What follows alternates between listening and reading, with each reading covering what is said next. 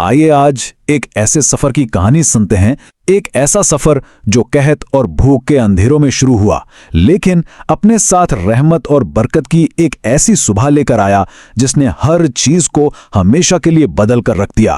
یہ صرف ایک سفر نہیں تھا بلکہ یہ تاریخ کا وہ موڑ تھا جہاں سخت ترین مشکلات کے بیچ سے کچھ بہت ہی غیر معمولی واقعات جنم لینے والے تھے۔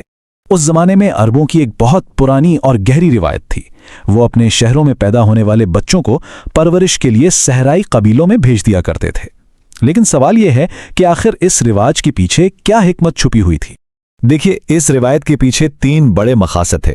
پہلا تو یہ کہ صحرا کی صاف ستھری کھلی ہوا بچوں کو جسمانی طور پر بہت مضبوط بناتی تھی۔ دوسرا، وہاں وہ خالص عربی زبان سیکھتے تھے جس میں شہری زبانوں کی ملاوٹ نہیں ہوتی تھی۔ اور تیسرا، یہ سادہ ماحول ان کے کردار کو مضبوط اور پختہ بنانے میں مدد کرتا تھا۔ لیکن کہانی کا اصل چیلنج یہیں سے شروع ہوتا ہے۔ اس سال اس روایت پر عمل کرنا بے حد مشکل تھا کیونکہ پورے علاقے میں شدید قحط نے ڈیرے ڈالے ہوئے تھے۔ ہر طرف بھوک تھی اور وسائل کی شدید قلت تھی۔ اسی مشکل وقت میں بنو سعد قبیلے کی خواتین کا ایک قافلہ دودھ پینے والے بچوں کی تلاش میں مکہ کی طرف روانہ ہوا۔ انہی میں حضرت حلیمہ سعدیہ رضی اللہ عنہا بھی تھیں، اپنے شوہر اور ایک ننھے شیرخوار بیٹے کے ساتھ۔ ان کا سفر شروع سے ہی مشکلات میں گھرا ہوا تھا۔ حضرت حلیمہ رضی اللہ تعالیٰ عنہ خود بتاتی ہیں کہ ان کی سواری ایک گدھا اتنا کمزور اور سست تھا کہ وہ بار بار قافلے سے پیچھے رہ جاتی۔ اور آپ سوچیں، صحرا میں قافلے سے پیچھے رہ جانے کا مطلب تنہائی بھی تھی اور خطرہ بھی۔ ان کی غربت اور قحط کی شدت کا عالم یہ تھا کہ جس اونٹنی پر ان کا انحصار تھا وہ خود بھوک کی وجہ سے اتنی لاغر ہو چکی تھی کہ اس کے تھنوں میں دودھ کا ایک قطرہ تک نہیں تھا۔ اور شاید سب سے زیادہ تکلیف دہ منظر یہ تھا کہ حضرت حلیمہ کا اپنا بیٹا بھوک سے پوری رات روتا اور بلکتا رہتا، کیونکہ نہ تو ماں کے پاس اسے پلانے کے لیے کچھ تھا اور نہ ہی اونٹنی کے پاس۔ یہ ایک ماں کے لیے سب سے بڑی آزمائش تھی۔ ان تمام مشکلات کو جھیلتے ہوئے یہ قافلہ آخرکار مکہ پہنچ ہی گیا۔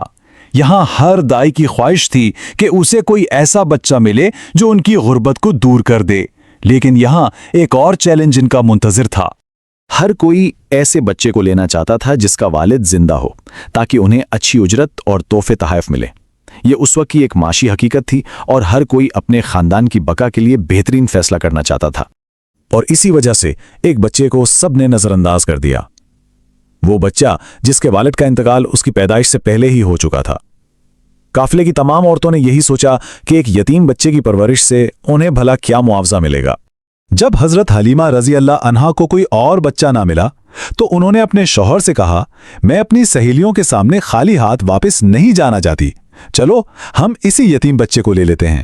یہ ایک ایسا فیصلہ تھا جس نے تاریخ کا دھارا بدل دیا۔ اس فیصلے کے فوراً بعد ہی جیسے اطمینان اور سکون کی ایک لہر دوڑ گئی۔ ان کے شوہر نے بھی فوراً کہا، تم نے بہت اچھا کیا، مجھے لگتا ہے کہ یہ بچہ ہمارے لیے بہت برکتیں لائے گا۔ اور جیسے ہی حضرت حلیمہ نے اس مبارک بچے کو اپنی گود میں لیا، ان کی قسمت کا ستارہ جیسے چمک اٹھا۔ واپسی کا سفر آنے والے سفر سے بالکل مختلف بلکہ حیران کن ہونے والا تھا۔ تبدیلی اتنی اچانک اور حیران کن تھی کہ سب دنگ رہ گئے۔ وہی گدھا جو پہلے قافلے سے پیچھے رہ جاتا تھا اب اتنا تیز بھاگ رہا تھا کہ سب سے آگے تھا، اور وہ اونٹنی جو بھوک سے سوکھ چکی تھی اب دودھ سے بھری ہوئی تھی۔ یہ منظر دیکھ کر قافلے کے سبھی لوگ حیرت زدہ تھے۔ اور پھر برکتوں کا سلسلہ شروع ہوا۔ نہ صرف نبی کریم صلی اللہ علیہ وسلم نے جی بھر کر دودھ پیا بلکہ حضرت حلیمہ کے اپنے بیٹے کی بھوک بھی مٹ گئی۔ یہ اس پورے سفر میں پہلی رات تھی جب دونوں بچے سکون سے سوئے اور ان کے والدین نے بھی اطمینان کا سانس لیا۔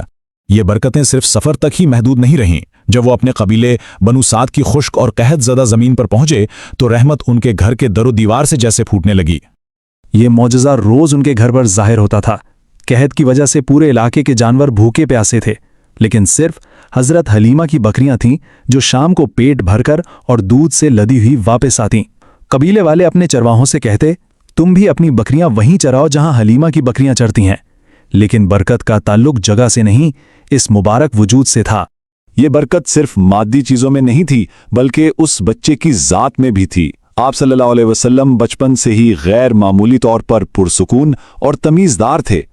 آپ نے کبھی دوسرے بچوں کی طرح ضد نہیں کی اور آپ کے وجود نے گھر میں ایک روحانی سکون کا ماحول قائم کر دیا تھا۔ ان چند سالوں میں حضرت حلیمہ کے دل میں آپ صلی اللہ علیہ وسلم کے لیے اتنی گہری محبت پیدا ہو گئی کہ جب آپ کو آپ کی والدہ حضرت آمنہ کے پاس واپس لے جانے کا وقت آیا تو ان کا دل جدائی کے لیے تیار نہ تھا۔ انہوں نے آپ کی والدہ سے التجا کی کہ انہیں کچھ اور عرصہ اپنے پاس رکھنے دیں۔ یہاں ایک سوال پیدا ہوتا ہے، کیا واقعی ہم اپنے نبی صلی اللہ علیہ وسلم سے ایسی گہری محبت کرتے ہیں؟ اگر آپ کو اپنے پیارے نبی سے محبت ہے تو کمنٹس میں ضرور اظہار کریں۔ یہ کہانی ہمیں ایک گہرے سوال پر غور کرنے پر مجبور کرتی ہے۔ ایک یتیم بچہ جسے دنیاوی فائدے کے تلاش میں سب نے نظر انداز کر دیا، ایک غریب خاندان کے لیے رحمتوں کا ایک نہ ختم ہونے والا سلسلہ کیسے بن گیا۔ یہ ہمیں یاد دلاتا ہے کہ اللہ کی عظیم ترین برکتیں اکثر ان جگہوں سے ظاہر ہوتی ہیں جہاں سے ہمیں کوئی توقع نہیں ہوتی۔